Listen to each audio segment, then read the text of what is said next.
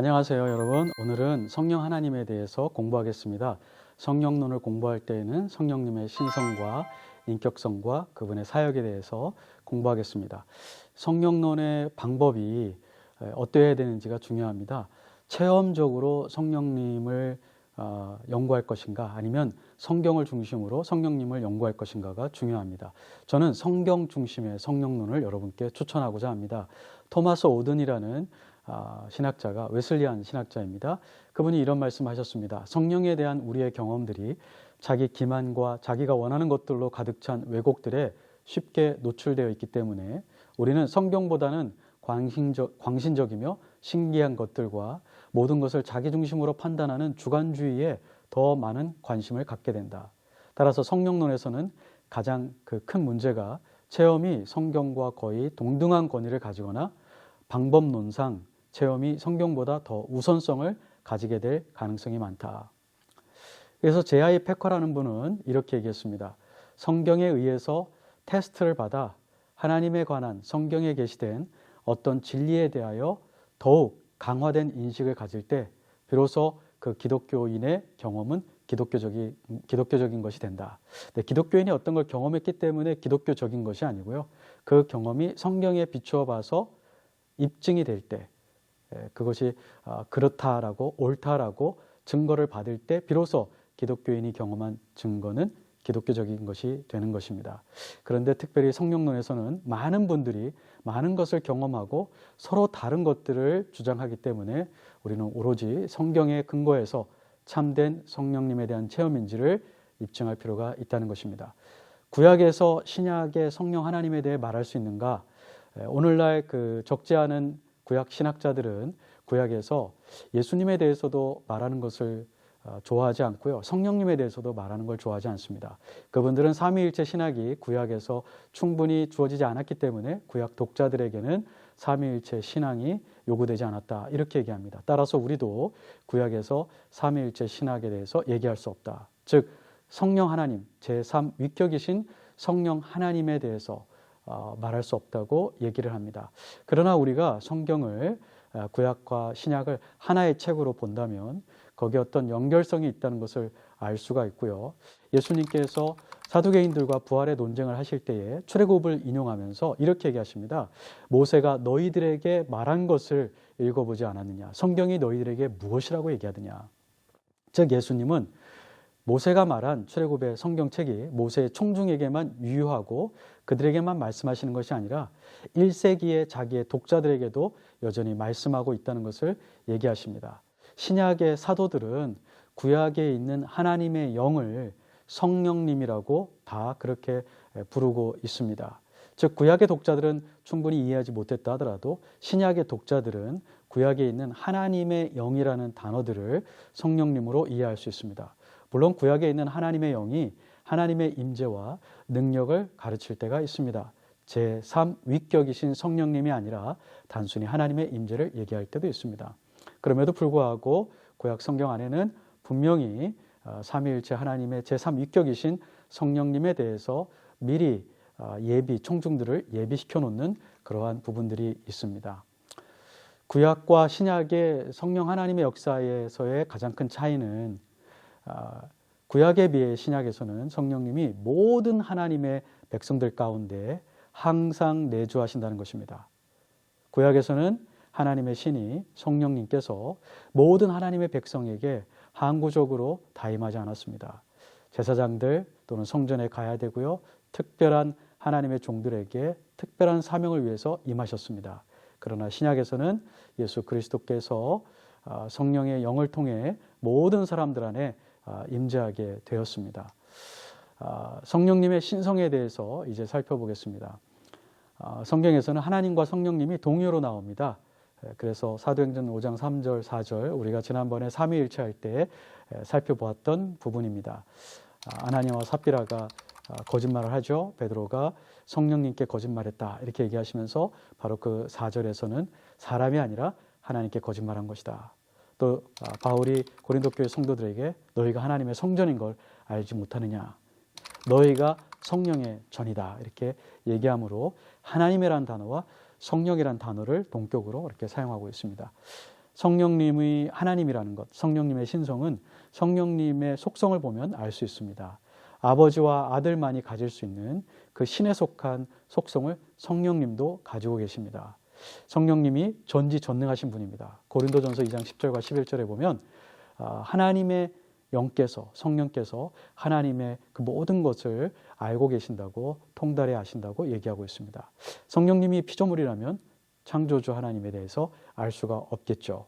성령님은 무소부재하신 분입니다. 시편 139편 다윗이 하늘에 있을지라도, 또 자기가 음부에 내려갈지라도, 바다 끝에 있을지라도 하나님이 거기에 계실 거라고 얘기하고 있습니다. 히브리서 9장 14절에는 성령님의 영원성에 대해서 얘기하십니다. 영원하신 영을 통하여, 즉 성령을 통하여 예수 그리스도께서 자기의 육체를 하나님 앞에 영원한 제물로 드릴 수 있었습니다. 영원성은 신에 속한 속성입니다.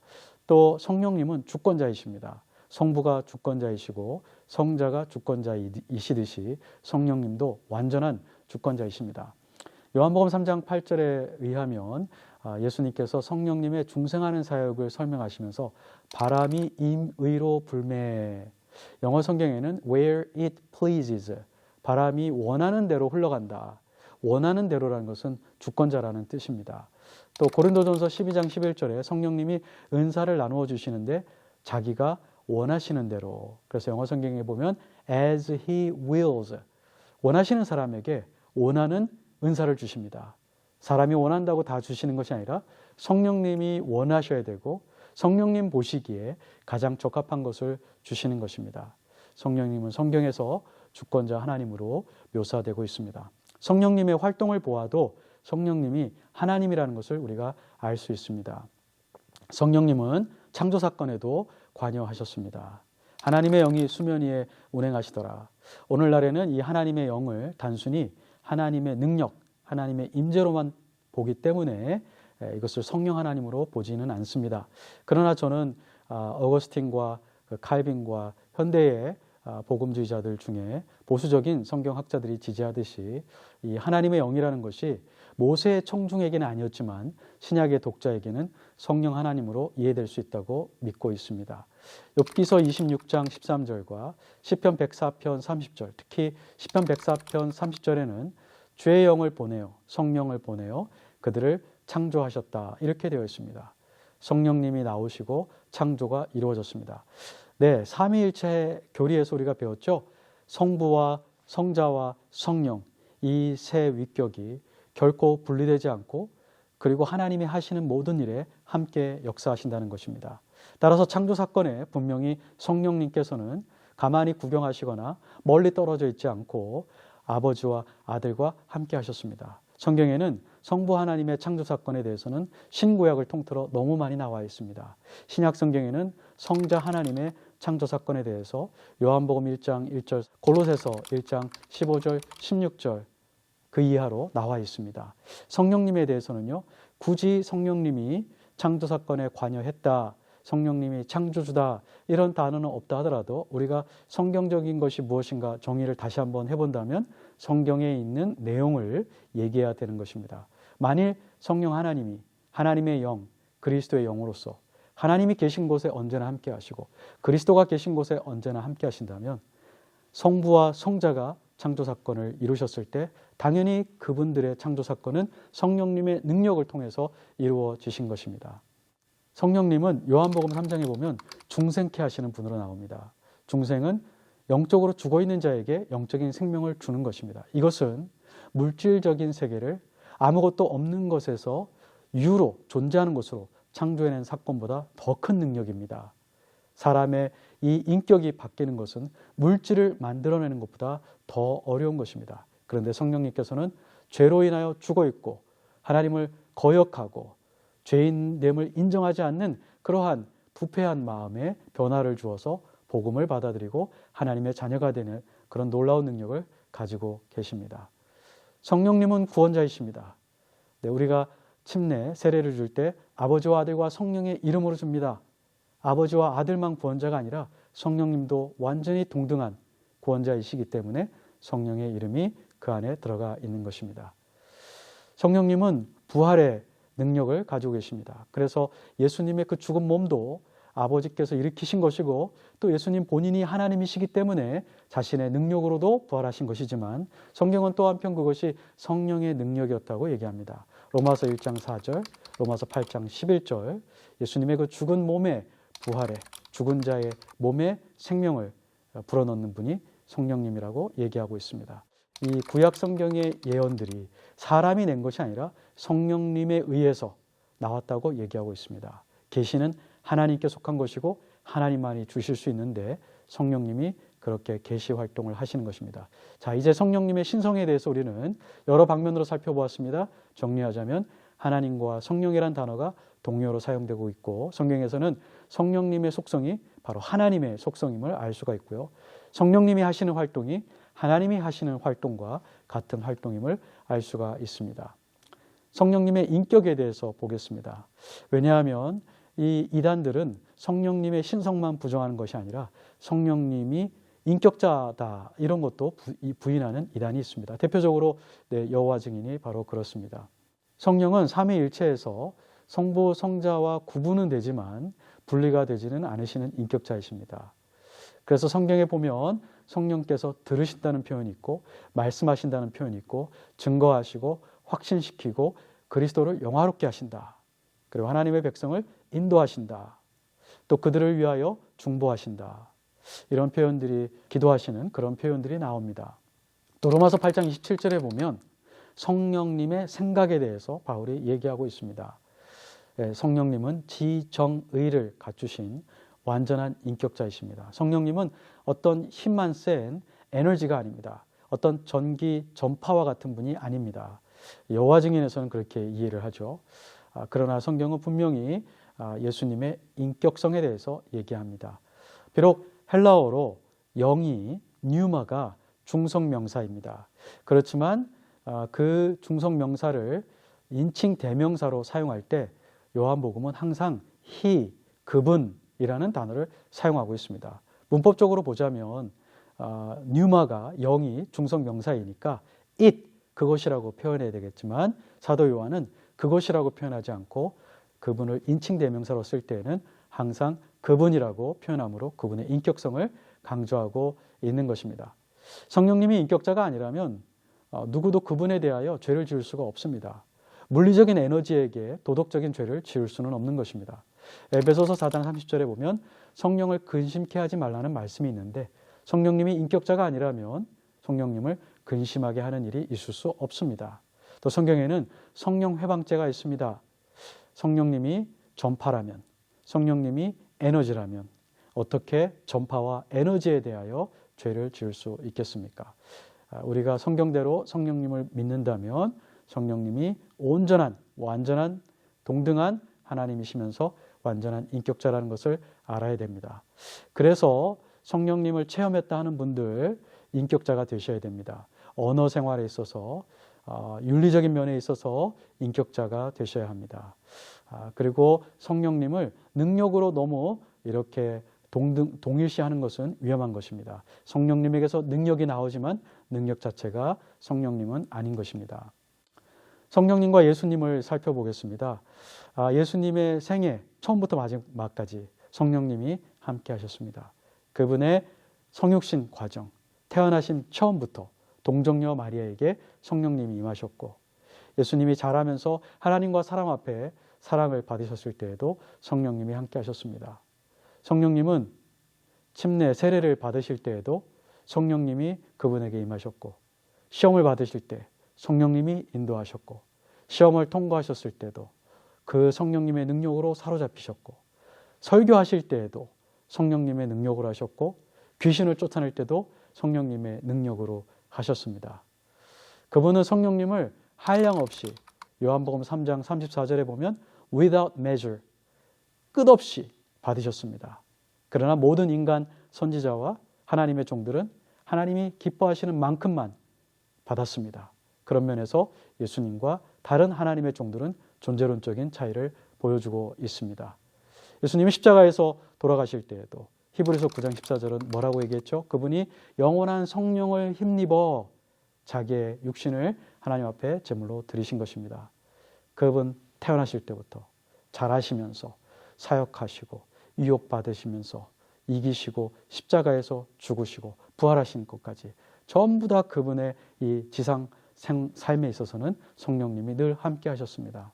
성령님이 없이는 우리 예수님을 이해할 수 없습니다. 그래서 예수님이 보혜사가 오시면, 또 다른 보혜사 성령님이 오시면 그분이 너희에게 나에 대해서 증거할 것이고 내 것을 너에게 알게 할 것이고 나를 영화롭게 하실 것이라고 얘기했습니다. 그래서 성령님의 또 다른 이름이 그리스도의 영입니다. 그리스도를 증거하기 위해서 오셨기 때문입니다. 1세기의 보혜사 파라클레토스는요, 전문 변호인이 아닙니다. 법을 공부한 전문인이 아니고요, 그 동네에서 같이 자라나서 어렸을 때부터 지금까지 모든 것을 보고 증인이 될 수 있는 사람을 파라클레토스라고 불렀습니다. 근데 성령님이 예수님의 생애 처음부터 끝까지, 아니 사실은 예수님 그 성자께서 육체를 입기 이전부터, 영원 전부터 영원 후까지 예수 그리스도와 분리되지 않고 함께 하시는 분이시기 때문에 예수 그리스도를 가장 잘 증거할 수 있는 것은 우리가 아니라 성령님이십니다. 우리가 성령님께 사로잡히고 그분의 능력에 붙들림 받을 때 우리도 예수님을 증거할 수 있는 사람이 되는 것입니다. 그런데 이 보혜사라고 할 때 성경은 다양하게 번역하고 있죠. ESV나 NASB는 helper, 돕는 분이다. 또 킹제임스 성경은 comforter, 위로자. NIV는 advocate, 옹호자. 네, 법정에서 이 옹호자라는 것은 그냥 옹호하는 것이 아니고요, 법정에서 변호사로서 역할을 하시는 것입니다. 또 다른 성경은 counselor, 상담자다 이렇게 얘기했습니다. 다 맞는 것입니다. 성령님께서 이제 보이는 예수님이 승천하시기 때문에 외롭게 남게 될 제자들에게 오셔서 그들의 사역을 도와주시고 그들을 위로해 주시고 두렵지 않도록 핍박 가운데서 담대하도록 해주시는 분이시고요. 또 우리 그리스도인들이 죄성이 남아있어서 여전히 죄를 짓더라도 아버지 하나님 앞에 우리를 위하여 중보하시는 옹호자, 법적인 변호사가 되시는 것입니다. 그렇지만 파라클레토스는 이 모든 의미를 가지고 있기 때문에 어떤 특정한 말로 번역하기가 쉽지 않아서 현대의 신약학자들은 그냥 보혜사 이렇게 번역을 하지 않고 음역을 해서 파라클레토스라고 그냥 놔두기도 합니다.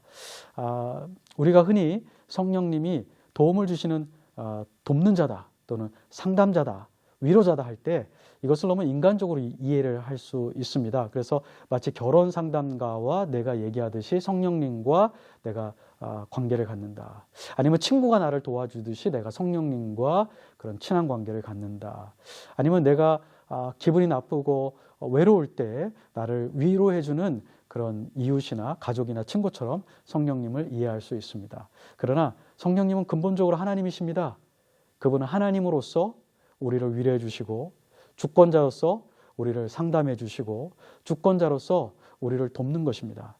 따라서 성령 하나님은 우리가 가볍게 대하는 그런 분이 아니고 주권자이시고 전능하신 하나님이심을 알고 성령님의 도움을 구하고 상담을 구하고 위로를 받을 때 그분 앞에 절대적으로 경배하고 절대적인 순종을 드려야 하는 것입니다. 성령님이 이 땅에 오신 것은 그리스도를 대체하기 위한 것이 아닙니다. 예수 그리스도께서는 여전히 성령님을 통해 영으로 우리 안에 내주하고 계십니다. 성령님이 오신 것은 예수님을 대신해서 이제 예수님 말고 자기 혼자 단독 사역을 하기 위해서 오신 것이 아니라 우리 안에 내주하시는 성령님을 우리에게 그리스도를 실제가 되게 하시고 그리스도의 인격을 더 닮아가게 하시려고 온 것입니다. 보혜사 성령님은 진리의 영으로 불리죠.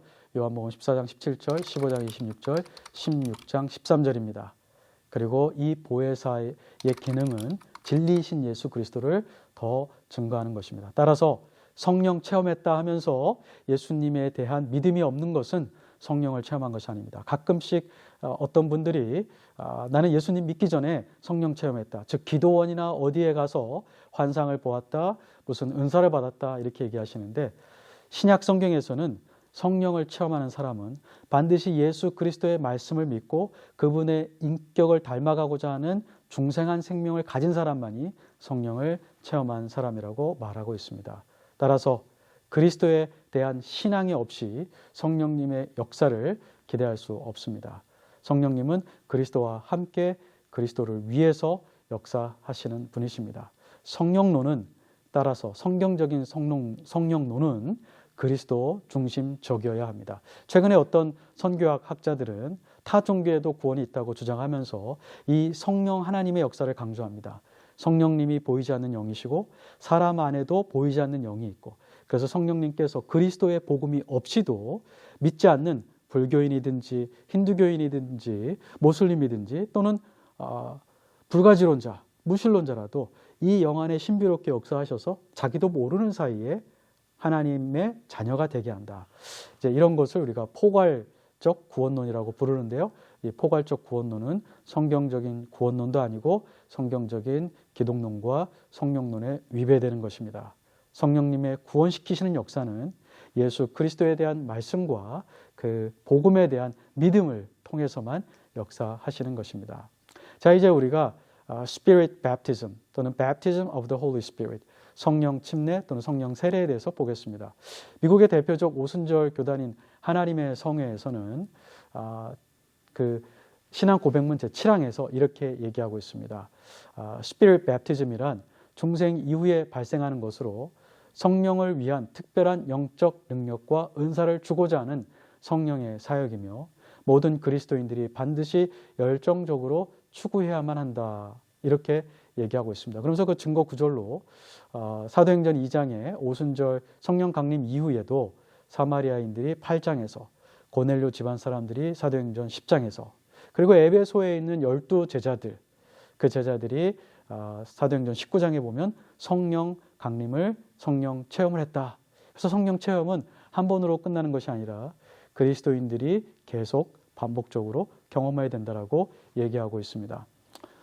그렇지만 여기에는 우리가 사도행전에 나타난 신학을 이해할 필요가 있겠습니다. 사도행전이라는 책 자체가 교회의 시작부터 발전하고 있는 그 역사적인 과정을 기술하고 있습니다. 묘사하고 있습니다. 그래서 사도행전에 있는 모든 것이 항구적인 규범이 되는 것은 아닙니다. 사도행전에 마지막 사도를 뽑을 때 제비를 뽑아서 했습니다. 그렇지만 그렇다고 해서 모든 교회가 제비를 뽑아야 되는 것은 아닙니다. 물론 사도행전 2장에 보면, 그리고 그 이후에 4장 이렇게 보면 가난한 형제자매를 위해서 사도행전 그 교회, 예루살렘 교회 안에서 재물을 서로 공유하고 팔아서 교회에 바치는 이러한 일들이 있었습니다. 그렇다고 해서 사유재산이 사라지는 것은 아니었습니다. 다른 신약의 교회들에게는 그러한 말씀과 가르침이 주어지지 않았고, 현재도 우리는 교인들에게 재산을 팔아서 교회에 다 헌납하라고 얘기하지 않고 사유재산을 버리고 다 공유하라고 가르치고 있지 않습니다. 즉 사도행전에 기록되었다고 해서 그것이 항구적으로 모든 교회 시대에 적용되는 건 아니라는 것입니다. 자, 그렇다면 왜 사도행전에서는 이렇게 2장 이외에도 8장, 10장, 19장에 또 다른 성령 침례, 성령 세례의 사건이 있었을까요? 크게 두 가지로만 저는 말씀을 드리겠습니다. 첫 번째는 예수님의 제자들은 중생을 경험했지만 아직 예수님께서 부활하셔서 승천하셔서 우리에게 보내주신 그 성령님을 경험하지는 못했습니다. 성령님이 없었다는 것이 아니고요. 성령님이 부활하시고 승천하신 예수 그리스도의 영으로서는 아직 그 역할은 예수님께서 죽고 부활하지 않았기 때문에 예수님을 따라다녔던 제자들은 받지 못했다는 것입니다. 따라서 그들에게는 중생이 먼저고 성령 강림의 이 체험이 시간적으로 다음의 사건일 수밖에 없습니다. 그러나 이 성령께서 교회에 강림하신 이 사건 이후로는 또다시 오순절 사건이 반복되어서는 안 됩니다. 오순절 사건은 예수 그리스도에게 속한 기독론적인 사건이기도 합니다. 왜냐하면 성령님께서는 승리자가 되시고 구원을 완성하신 예수 그리스도가 하늘에 입성하셨다는 것에 대한 증거로 우리에게 왔기 때문입니다. 예수님의 승리자 되시고 구원자 되심에 대한 증거로 우리에게 선물로 주어진 이 오순절의 성령님의 강림하심은, 이 성령 침례의 사건은 한 번으로 오순절 사건으로 규결되는 것입니다. 그렇다고 해서 성령의 그 능력이 우리에게 필요 없다는 것이 아닙니다. 마치 예수 그리스도의 십자가 사건이 한 번으로 끝나는 거지만, 그러나 예수 그리스도의 십자가 사건의 기초한 능력을 우리가 믿음으로 계속적으로 받아야 하는 것처럼 오순절 이 성령 침례, 성령 세례의 사건은 역사적으로 한 번 이루어졌지만 우리가 그 믿음으로 그 능력을 계속 받아야 하는 것입니다. 이 성령 침례 사건은 중생의 사건과 동일하다고 볼 수 있습니다. 고린도전서 12장 13절에 보면 너희가 다 한 성령으로 침례 세례를 받아 한 몸이 되었다라고 말하고 있습니다. 이때 부정과거 시제가 사용되었습니다. 헬라어에서 부정과거 시제는 과거의 행위가 종결되었다는 것입니다. 영향력은 우리에게 계속적으로 올 수 있지만 어쨌든 사건 자체는 종결된 것입니다. 다시 반복되지 않습니다. 계속되지 않습니다. 우리가 성령으로 말미암아 예수 그리스도에게 붙여진 것은 믿을 때에 우리가 그렇게 된 것입니다. 고린도 교회 성도들이 그리스도를 믿을 때에 다 한 번에 그리스도의 몸에 연합된 것입니다. 그래서 오늘날의 성령 체험은 구원 이후에 우리가 추구해야 될 또 다른 사건이 아니라 바로 구원받는 그 시간에 한 번으로 이루어지는 것이고 그의 삶 속에 반복되지 않는다는 것입니다. 우리에게 반복돼야 되는 것은 무엇일까요? 성령 충만입니다. 그래서 사도행전 4장 8절과 31절에 보면 이미 오순절에 성령의 그 침례 세례 사건을 경험한 성령 강림을 경험한 사도들이 다시 한번 성령으로 충만해지는 사건들이 나옵니다. 비시디아 안디옥의 제자들은 바울과 바나바가 떠난 다음에도 계속적으로 성령으로 충만해 있었습니다. 사도행전 13장 52절. 바울은 교회의 성도들에게 성령 침례를 받으라, 성령 세례를 받으라 명령하지는 않았습니다. 사도 요한도 아시아에 있는 교회들이 얼마나 문제가 많았습니까? 그러나 그 문제를 해결하기 위해서 성령 침례를 받으라, 성령 세례를 받으라 그렇게 말하지 않았습니다. 바울은 에베소 교회에게 성령의 충만함을 받으라고 우리에게 얘기하고 있습니다. 성령으로 충만해질 때 우리가 복음을 담대히 전할 수 있습니다. 그래서 사도행전에서는 특별히 이 성령 충만의 결과로 복음 전파가 나오는 것을 볼 수 있습니다. 두려워하지 않고 담대히 복음을 전하는 게 사도행전 4장 8절, 31절 이렇게 나와 있습니다. 또 성령이 충만함으로 그리스도인의 인격이 변화가 됩니다. 갈라디아서 5장 22절과 23절에 보면 성령의 9가지 열매가 나옵니다.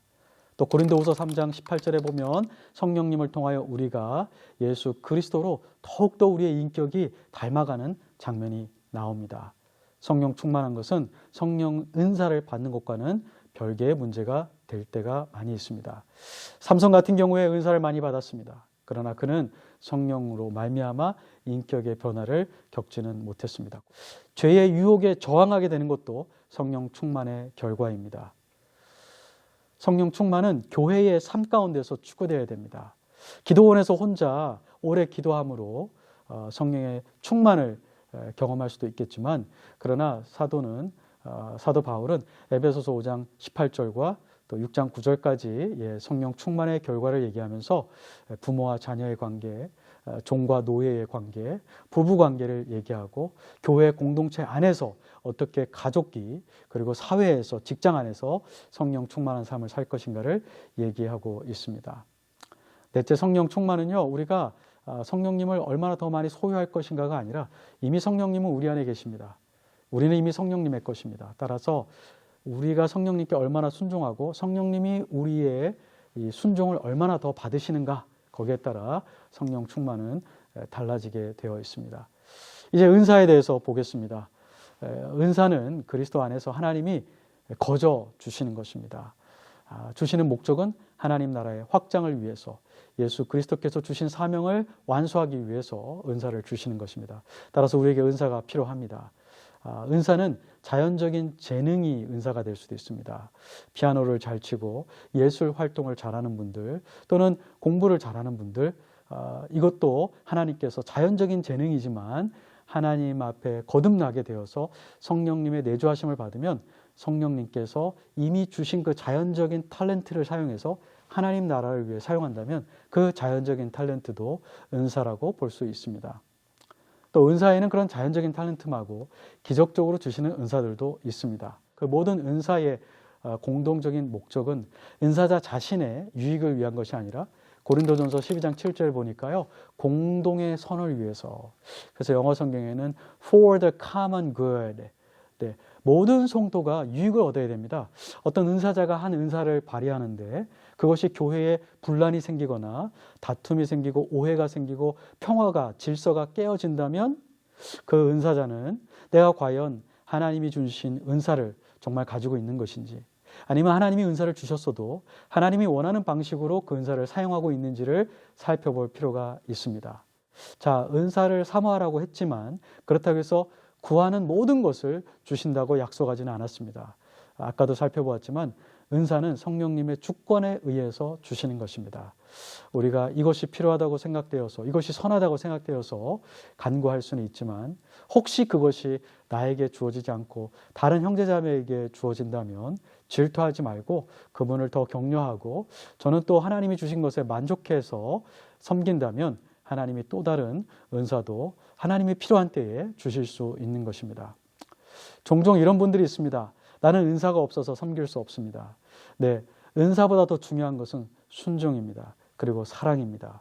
하나님을 사랑하고 형제자매를 사랑하면 헌신이, 섬김이 반드시 필요합니다. 은사가 없더라도 교회 안에 섬길 만한 사람이 없다면 여러분이 바로 섬기시기 바랍니다. 그러면 하나님이 그에 맞는 필요도 채워주기 위해서 은사를 주실 수도 있습니다. 자, 은사가 오늘날에는 이제 기적적인 은사입니다. 그런 것들이 오늘날에는 더 이상 존재하지 않는다고 믿는 어떤 교단들도 있고 신학의 움직임도 있습니다. 또 반대로 모든 신약 성경의 은사가 오늘날에도 있어야 된다라고 주장하는 분들이 있습니다.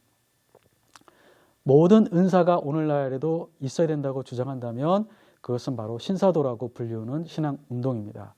건강하지 않습니다. 성경에서는 이미 사도는 1세기에 끝난 것으로 나와 있습니다. 오늘날 우리에게 사도가 필요하지 않습니다.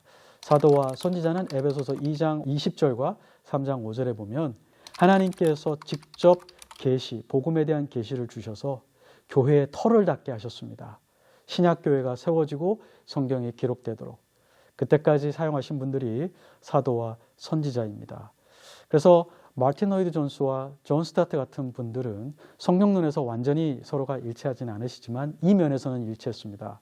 오늘날 교회에는 1세기에 있었던 사도와 선지자 직분이 계속 필요하지 않다. 그것은 종결되었다. 그렇지만 그렇다고 해서 성령의 은사가 종결되었다는 것은 아닙니다. 하나님의 주권에 의해서 오늘도 주어질 수 있습니다. 그러나 모든 것이 오늘날 계속되어야 되는 것은 아닙니다. 비록 고린도전서 13장 10절에 온전한 곳이 올 때까지라는 말이 있습니다. 즉 온전한 것은 아직 오지 않았거든요. 예수 그리스도께서 재림하셔야만 모든 것이 온전해질 수 있습니다. 따라서 성령님이 주시는 은사도 그때까지 계속되긴 할 겁니다. 그렇지만 고린도전서 13장 10절이 1세기의 사도들의 모든 은사가 그대로 나타나야만 그것이 성경적인 교회다 그렇게 말하는 것은 아니라는 것입니다.